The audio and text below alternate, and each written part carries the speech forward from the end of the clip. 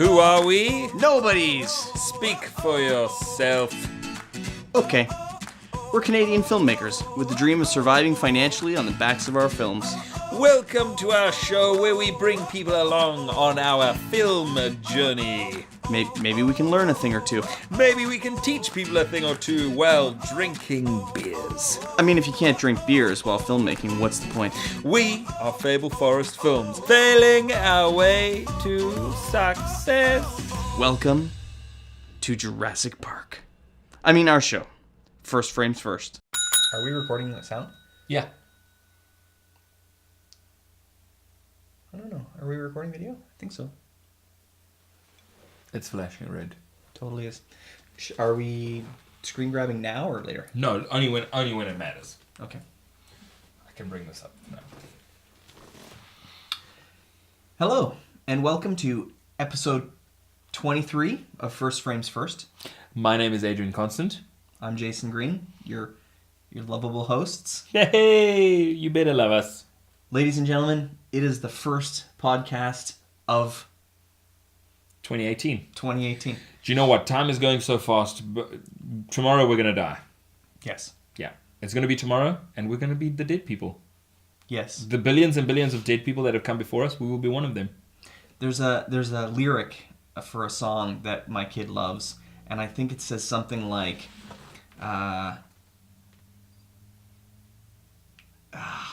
Death is like a dog to a rabbit, right? In that you gotta hustle your ass to get things going. Okay. I gotta find the song. I think I kind of understand what you're saying. Anyways, yeah, thank you. What are we gonna talk about on today's show? So we have our we're gonna be doing a screening later on this month in our hometown for Bickerman's Grove. Yep. That's our second feature film. Correct. Now available on iTunes. We're going to, at this event, we're going to actually do a live First Frames First podcast, and we're going to give people a sneak peek to the short film that we talked to you guys about before that we finished shooting. And by sneak peek, he means we're just going to show them the short film. That's correct. Yeah. But it's going to be a sneaky peek. Yeah. The official, premieres and things like that will try to be in some festivals and things. Hopefully, we'd like to submit the short film to a couple festivals, and hopefully festivals that we can attend. Correct. Festivals that accept us, and it's a good festival length because it's 5 minutes. Yeah. So it's a 5 to 6 minute film. So hopefully festivals would be interested because they can just throw it, provided it's good enough and they like it, they can just put it before their feature, correct, evening feature, blah blah blah. Yep. So this is our ghost story, my Huntsville Muse. Yes. So hopefully you guys get to see it soon. And it's January, so fairly soon, one of the next couple podcasts, we will look back to 2017. Look at I think episode number 2 or 3. I can't remember which one it was, but we set off with some goals for ourselves, some social media goals, some meetings goals for the year. How did we do? Right? That's what we're looking at. So we're gonna take a peek. See where we failed, see where we met our goals, and think about goals for this year. So that should be fun. Yeah. So one thing I will say, we were just setting up to do this, and as you can see, there's a lot of equipment and a lot of things. And what happened was, I bumped my beer over, and it messed onto the audio recorder. And Jason was like a ninja. Before the beer had even hit the surface of the table, he had removed his shirt like an action hero, and he had started drying the beer off of the device. It was amazing. I've never seen anyone move that quickly for anything in my life. Just my overshirt. I didn't take off all my clothes. And his pants. He ripped his underwear. Everything was off. I was patting things down. I put the shirt back on so that I smell like booze. Yeah. For later when I...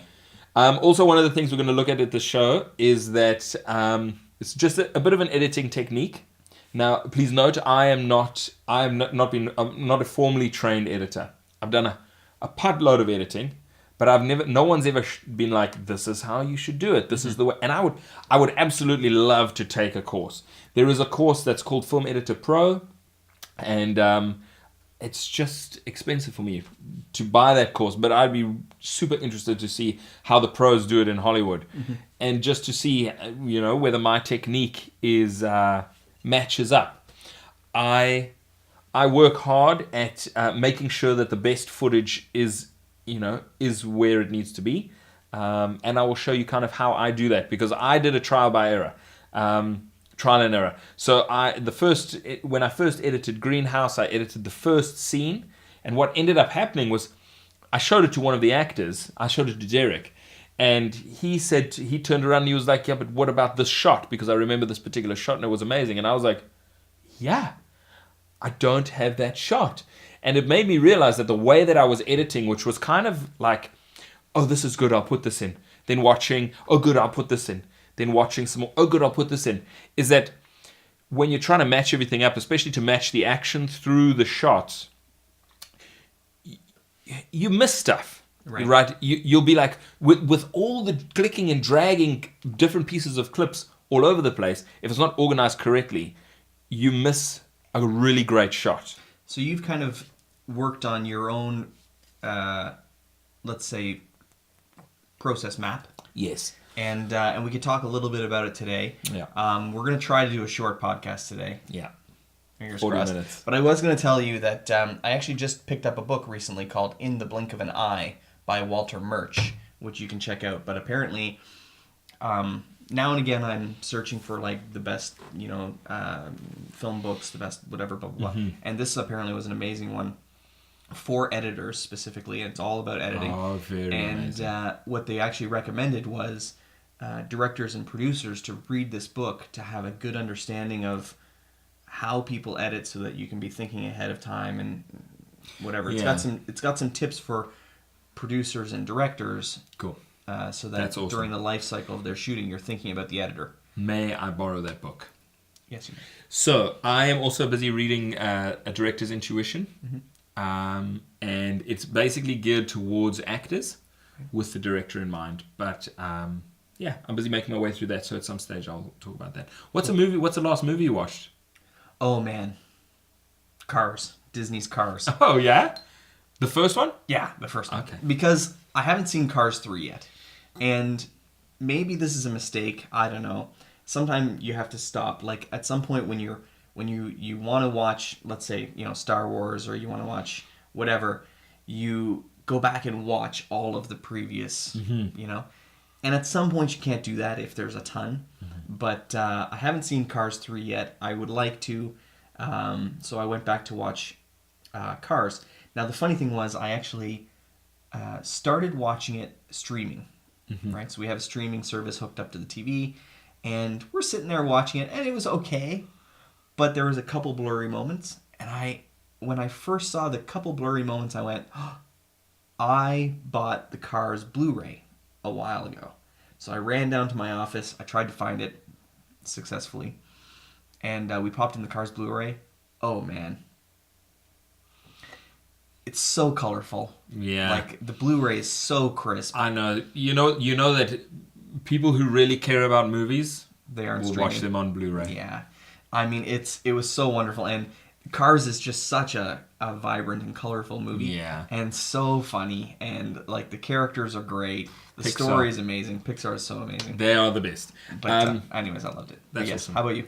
I actually watched Good Will Hunting. Ah. I rewatched it. How do you like them apples? Fucking love them apples, man. It is such a good movie. And I was thinking to myself, like, why are there so many amazing... I just feel like there were so many amazing movies that came out of the 90s. And it's like the amount of money that was going into the movies for various concepts was perfect. Do you know what I mean? It's like they had a lot of money in the film industry and they were open to whatever concept you wanted. Like The Truman Show, which is another one that I watched recently. Really? So, and they were open to these kinds of ideas. And I don't know. I'm just afraid, like the Good Will Huntings and the Truman Shows, they're not going away. But they're not going away. But you know what's happening? They're going to lose a lot of the money that they had. Like you're going to have to make the Truman Show. Like, I don't know what the budget for the Truman Show is or was, but these days you're going to have to make it for 10 million. You know what I mean? I bet you it was more than 10 million. No, I know. Oh. Back in the 90s, but now if you wanted to make the Truman Show, I feel like your budget would be squished right down. Yeah. Yeah, for sure. I still think lots of people are making incredible movies out there, and they're hitting Netflix, and but they're not getting to the theaters in the same way, right? You know what? You know what might be a good example of the Truman Show, Minimalism with Matt Damon. Okay, so think about. Have you seen the trailer for that one? No. It's where everybody gets very small. Right. That's amazing. You're right. You're absolutely right. So the thing is that you could link those two movies. You could. So think about how much the budget was for Minimalism. It wasn't 10 million. No, it wasn't. So you're right and I'm wrong. That's what you're telling me. Well, yeah. You're an asshole. No, but I'm saying is you're right. In the age of superhero movies where everything has to be huge or tiny, over $100 million. Yeah. It's got to be huge or it's got to be small. Yeah. Small, medium to small to tiny to eeny to what we do. Right. Which is smaller than eeny. Smaller than eeny. Yeah. Fair enough. All right. Cool. So, yeah, let's get into it. Okay. Just before we actually did the podcast, we don't want you guys to have to sit through all the caca work that we do. We were working on some of if you guys have been on our Twitter, our Instagram, our Facebook, you guys see the little pictures that we also create. So we're always trying to create content. So we do the podcast every couple weeks. But if you're following on our Instagram, which is Fable Forest Films, if you're following on Twitter or Facebook, which is The Fable Forest, every couple of days you're seeing like a little film fact, a little film quote, some film history, little items. Anyways, we were just working on fixing up those for future months. So like a lot of time and effort goes into that stuff too. So always creating content, always thinking about facts and doing research and all that kind of stuff. And yeah. Anyways, takes time, and that's what we were working away at before we jumped into this. So yeah. Okay. So now just to once again to reiterate the background from Greenhouse is that just what had happened is I had edited a scene together, and I had missed out in a really amazing shot. And the scene worked, but the actor was like, "What about that shot?" And so Derek was like, "What about that shot?" And I was like, "Holy, I have to add that shot in." And how did I miss it? Now, which movie are we talking about? Greenhouse. For the people. I Was a Greenhouse, which is available on iTunes and Amazon. It's a drama about a vagabond minstrel who has the ability to heal people with his music. But the hook, or the crux of his situation, is that he, in fact, when he plays his guitar, he heals himself. Mm-hmm. And he wants to die. He's had enough. He's tired of being immortal. He's tired of being alive. He's lost his family, and he wants to pop off. But he gets pulled into these situations, and this is what you see. You see him get pulled into a situation where he is forced to heal the family around him. Yes. So that's the story, and you should go and watch it if you would like to see our first film. For sure. Yeah. So coincidentally, I don't know if I mentioned this on the podcast like a month ago or whatever, but a friend of mine actually bought our DVD and watched it with his wife and was so happy. You know when you make something. By the way, can you make this happen? Yeah. Here we go. This is my favorite thing. I need a little doodad, but anyways, you know when you create something, whether you draw a picture or whatever, you don't necessarily think it's that great, right? You're like, I see all the flaws, even though you're happy with what you did. You're happy that you're not doing it anymore. Fair enough. So you're like, thank you that it's over. But he watched it and he was like, "This movie, I Was a Greenhouse, is amazing." And I was like, "Yeah, thanks. Blah blah blah. I know that it. And he was like, "No, don't downplay. It was great. We loved it." And then the minute it was over, we watched your second film. So it felt amazing. That is awesome. To get some great feedback. Just that there is the possibility within the thing that you create for people to have a good experience. Yes. Like, it's in there. For sure. Yeah. So, by the way, just before we finish off the beers, today's beer is Kingfisher. Premium lager. I'm afraid it's just poison. It's not good. It's brewed by Kingfisher Brewing Company, Sarasota Springs, New York. Amazing. Now, It's not bad, actually. Cool. It's not terrible. That's ridiculous. a background with the editing. So I developed this way that I systematically broke down the whole scene on my timeline. Okay. So that every usable piece of information was on the timeline.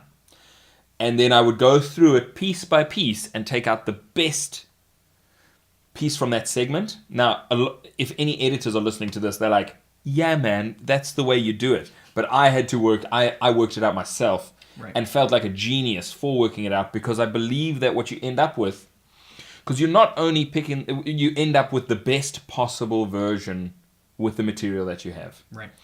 Because you're not only trying to pick the best shot, but you're going to make sure that the best shot from this section and the best shot from the section right afterwards, that you can match the action, right. so that the cut is smooth, so that the edit flows. Now, do you ever feel terrible when you have a great piece of the puzzle that you cannot make fit? Yes, it makes you feel terrible. Like if you and that's where you really have to start trying to get creative. Right. And that's where a cutaway can help. Mm-hmm. Like if you do have a cutaway of something else where you can jump inside, like if somebody's ashing a cigarette, you cut to the ash of the cigarette, and then you can come back to the scene. And if the body positions are different, then that doesn't really matter. Right. Because what I'm talking about is like we're filming over here, say for instance, and your shot. So we're filming over here, and the shot of Jason is really amazing. Yeah, okay? It is. Yeah, it is. And his reaction with this particular take, with take 3, is amazing. And my reaction with take 5 is amazing. So I'd like to cut from Jason take 3 to Adrian take 5. But what happens is in take 5, when I had my amazing reaction, Jason actually leaned down to tie his shoelace. Right. So when that happened, now all of a sudden they don't match. So Jason's not there, and then he pops up in frame, and that would suck the audience out of the scene. Right. So you really have to try and make that work. And that's where, multiple angles and cutaways and things can help.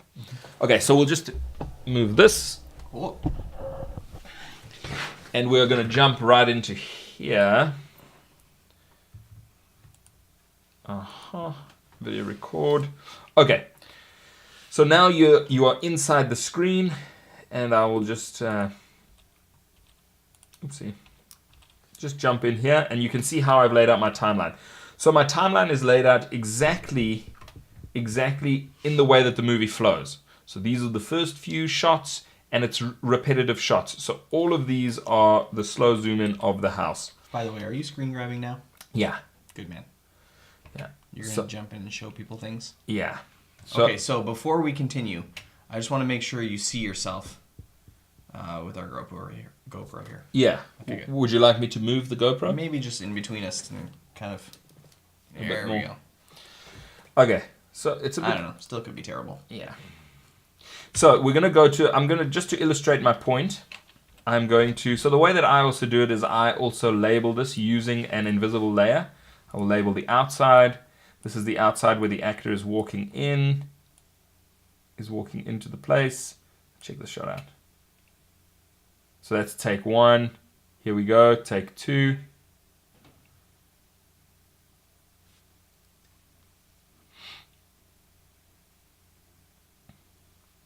Amazing. So this is Derek Lackenbauer. He's terribly handsome. And so as you can see, I stack take 1. Oh, that may be a bit too big. I stack take 1 and take 2 right here. So they're right next to each other. So that when we're sitting here doing the creative edit, we make sure that we pick the one that we love the most, because you're only thinking about this shot. Right. If I was looking at it out of context, then I was like, yeah, this one's good. And I were to drag it in from here, and cut it in to the timeline. Like, and then you see the other one later, you're like, oh, but that one's actually better. This technique is in fact called, it has a name. And I was listening to an interview with Steven Spielberg. And Steven Spielberg said, because of all the footage on the film Lincoln, they used a technique called stacking. Okay. And this is stacking. Nice. So I will just to illustrate. So this is the opening shot. The sound is terrible. Don't worry. Oh, sorry, I thought this was my room. So up to that point. So now we do that again and again and again.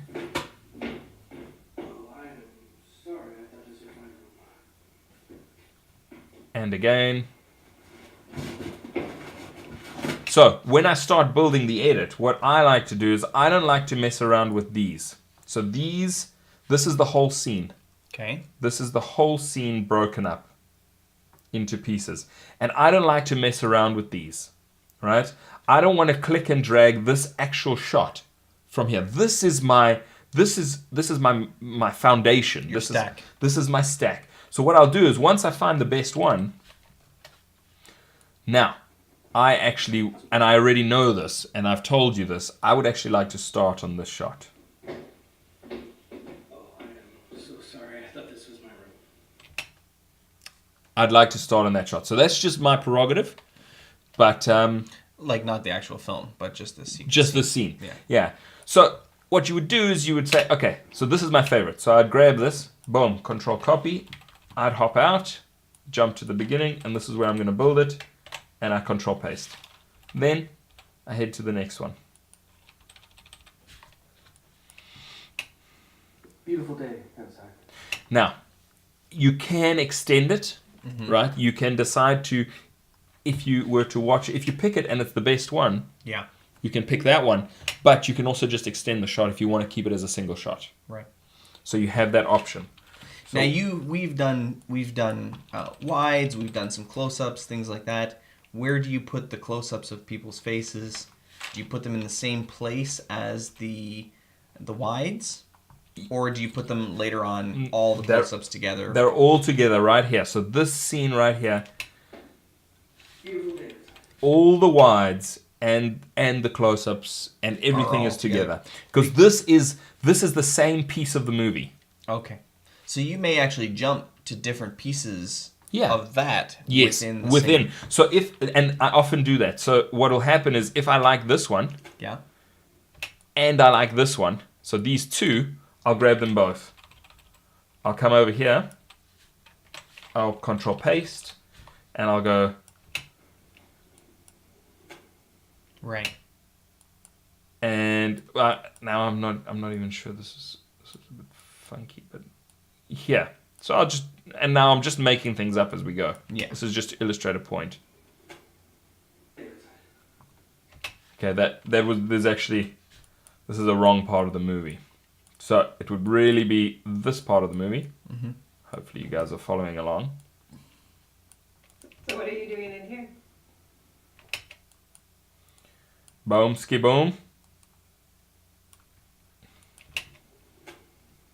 So what are you doing? So this would be a perfect.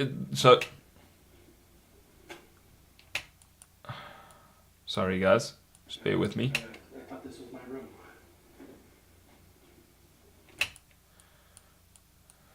So he says then, beautiful day outside. Beautiful day outside. So what are you? So then we want to match the action right here. So she's just about to look up. If you look at her face right here, she's just about to look up. So what?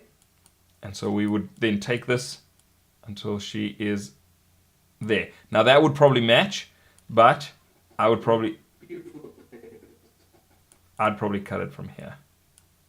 Like that. Beautiful day outside. So what are you doing in here? Something. Now we would tweak this because if you look at her eyes, they kind of go up here, and then they go up there. So we have that little lift. So I try and get that timing correct. Perfect, yeah. Okay, but once we do that, so what are you doing in here? We come back out. Let's have a look here. Beautiful day outside. So we've done that. So what are you doing? We've done that. Now we go over here. So now we're going to watch all of these clips. I know it's a bit forward, but Now, you can watch all the wides. But the truth be told, wides are really your establishing shot. And once you do the wides, you want to be in close up or the over. So, I know I don't want to be on her, So I'm going to watch him here. Because I've already decided what I want. But I know where to find it. you mind if I join you for a drink? I know it's forward, but you mind if I join you for a drink? Boom. I really like that. Let me highlight that.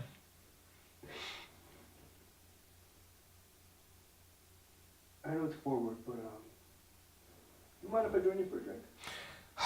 That one's better. That one is better. There's more acting. Yeah. There's more acting. I know it's forward, but you mind if I join you for a drink?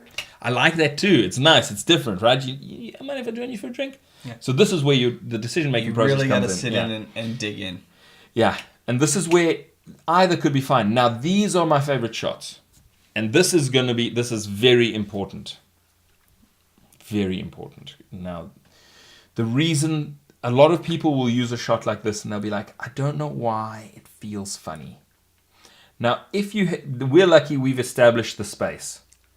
But this establishes the space really well with a piece, a dirty shot. Right. It lets you know exactly where you are. So just explain a dirty shot to people. Okay, so a dirty shot, as you can see right here, this is the subject of the shot. Right.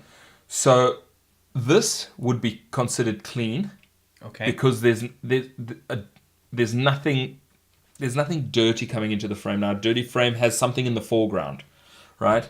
Now this is a dirty frame with the actor opposite our subject is actually coming into the frame just a little bit. And the reason this is so effective is because it really gives you a sense of the space of the room. Mm-hmm. You know exactly where you are, right? The thing that I've heard people talking about dirtying a shot a lot of times has to do with a doorway. Yes. Like they'll bring the camera outside the door frame and show a piece of the door frame and then the person just inside. Because it does give you a sense of space. It Right. also gives you depth in your frame, which, I mean, it just makes the frame more beautiful when you have something foreground, something in the middle, and something in the background.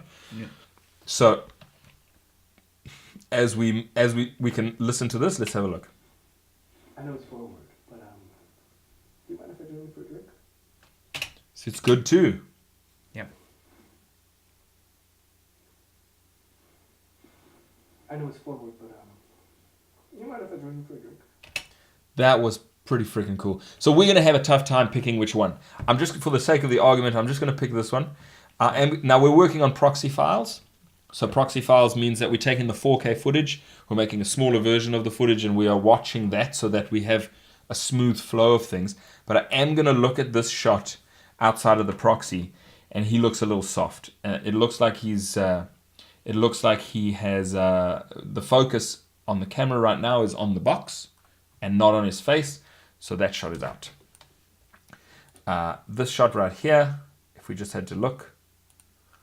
Sorry guys, the bottleneck is happening at the hard drive. Yeah. So that's why we're using the proxies here. It's pretty good. Now, what are a few? Do you have a couple additional tips and tricks or lessons that you want to talk about as far as timelining or how you kind of put things together? So the way that I put things together is that I will create the first thing I create is a raw space, and I like to keep everything in my timeline. So this is everything broken down. All the sound is synced, but all the files are just a single file. Okay. So here is just the whole take. It hasn't been broken up, but we divided it into our script section. So we have the outside section here, which is all the shots of the house. We have the walking in section, Right. And then we have the actual scene, which runs right here, the main scene, Right. and this is the running out. The outro. Yeah. So the final scene, from the final section of the film. From there we move. I like to move it to a new timeline I call the workbench, because this is where I'm going to be doing the majority of my work, and this is where I'll break the scene up into all of these segments. Now, what is amazing about this, that I love, is that when I've done the edit and you come and sit down and you're like, I don't like that thing. Right. I don't like the way he looked there. I can come right to this section right here. And he'd be like, well, here's the choices that you've got. Here are the options for this line. Now, and you can get creative. Like, you can step outside of the box. You can cut away to something else if you want to. You can stay on her face. We've done things in the past like we jump to something completely different and just use the audio from what he's saying. Right? Yeah. Like use his line, but we're looking at something completely different. Yes. And we've done that Yes. boatloads of times. Yeah. Because sometimes you got to get, because sometimes if you got to get a bit creative. So I'm going to Look at take his face this. there. Look at that. Look at that. Look at that Look at face. that beautiful James. You beautiful man. James McDougal. James McDougal. McDougalstein. So, then we just hop in right here. And we just throw this in here. Now, we know that we went from... So what are you doing in here?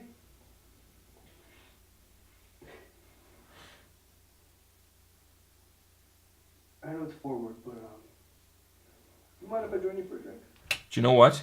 So if I were to make this work, Mm-hmm. I would go closer to his reaction.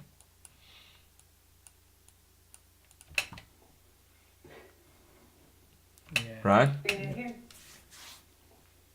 Maybe even closer. Yeah, and maybe, do you know what? Because the timing is good, so we can just slide this cut over here.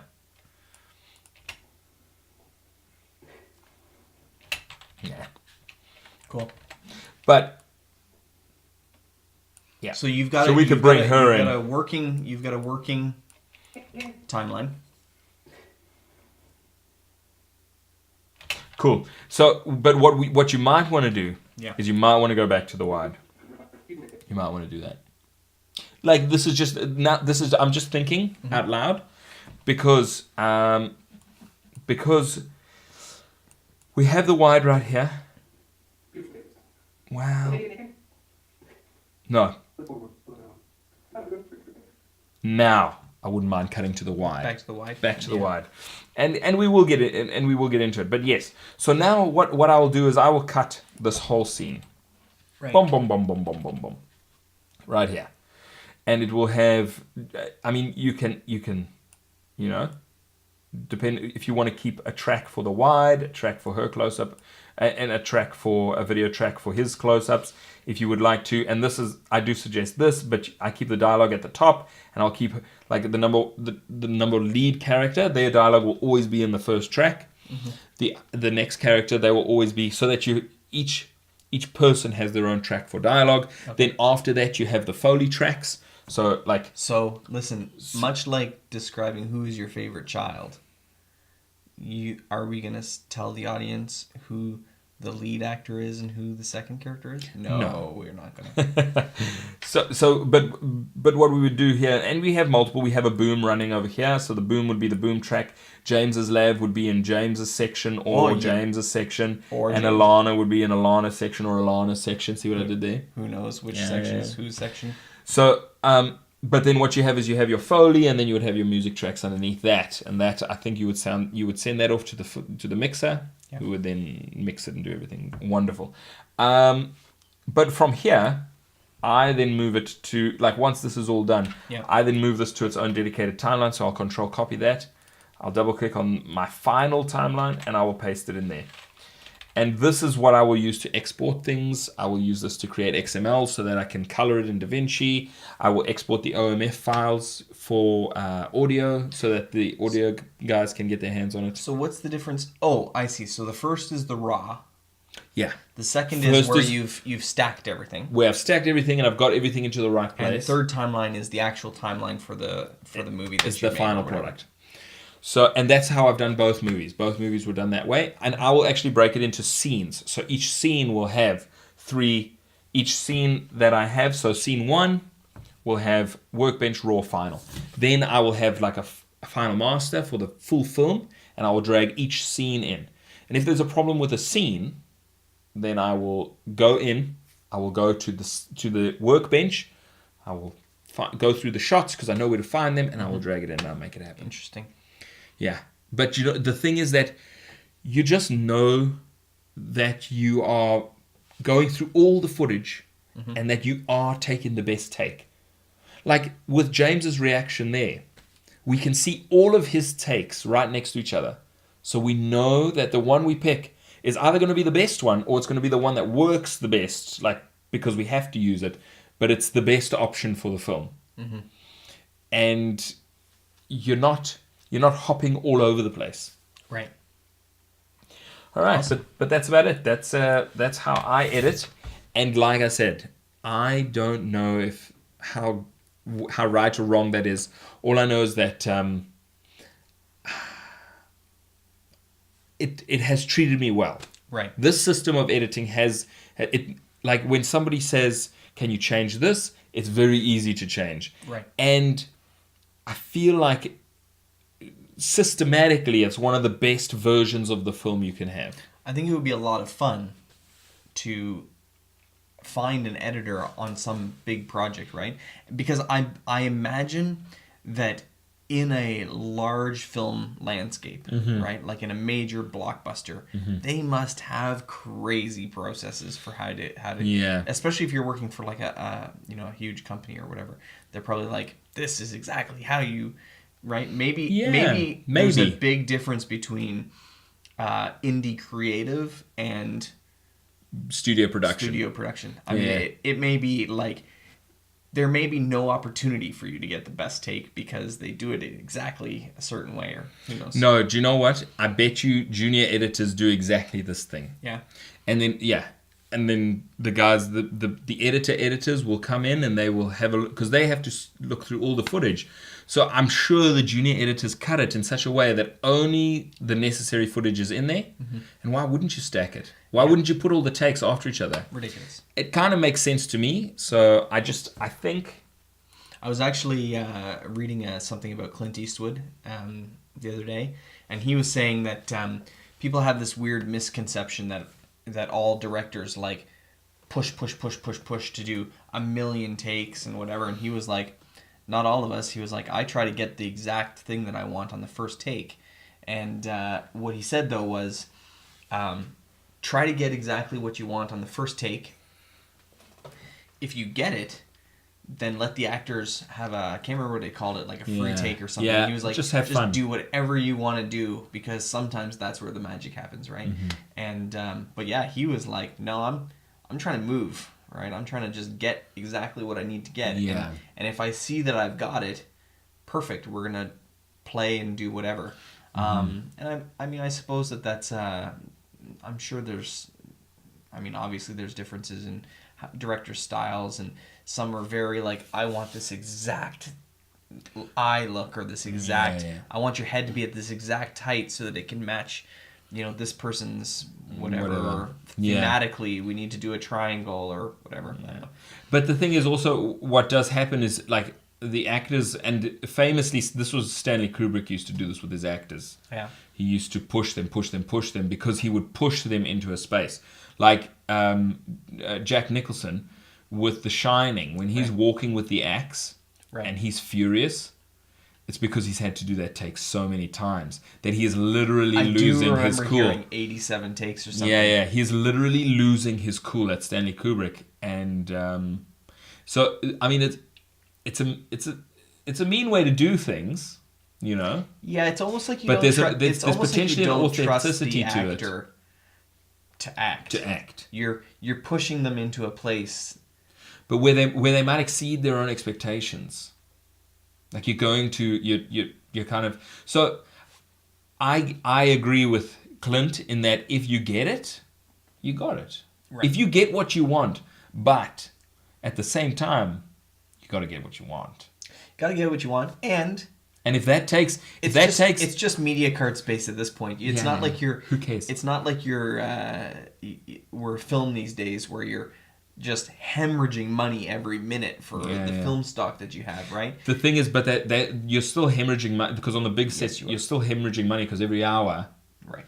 I don't know what it is, but depending on the size of the production and what people are getting paid, but it's thousands of dollars per hour overtime. Yeah. When things go like the producer's sitting there counting the minutes, because that's the amount of money that is leaving the budget. Just imagine it. Yeah, wouldn't that be amazing? Who knows?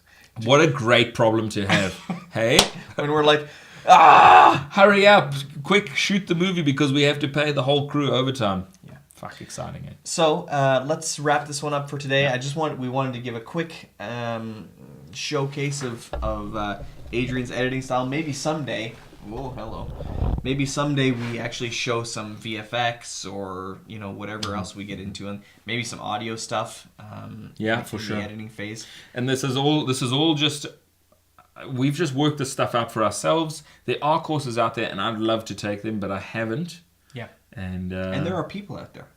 In fact, one of our next couple episodes, spoiler alert, we're going to be talking to a pretty cool VFX guy who's worked in major Hollywood pictures for quite a long time. So we're gonna get a chance to talk to him because he's giving us a little bit of insight into some of the things we need for our Winter Wonderland movie, our monster picture.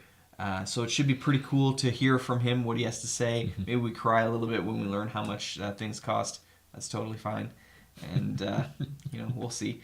But yeah, that should be a great podcast for you guys to listen to because you're going to get some insight into the visual effects world of Hollywood and some big studio stuff. So we're not going to talk about, like, we tend to talk about ourselves a lot. We're very selfish. True. But we're going to find out about his world and how his world functions, and it's going to be more of an interview about how VFX works and how, if you were an indie film trying to integrate VFX into your film, how you would go about doing that if you wanted to get the professionals. Correct. Learning experience. Yeah, sure. Yeah. And so that's the great thing is now and again we find somebody and bring them on the show, and hopefully you guys learn and enjoy. We know we're going to learn and enjoy, so yeah. That's it. All right, adios muchachos. All right, dream big. Work hard.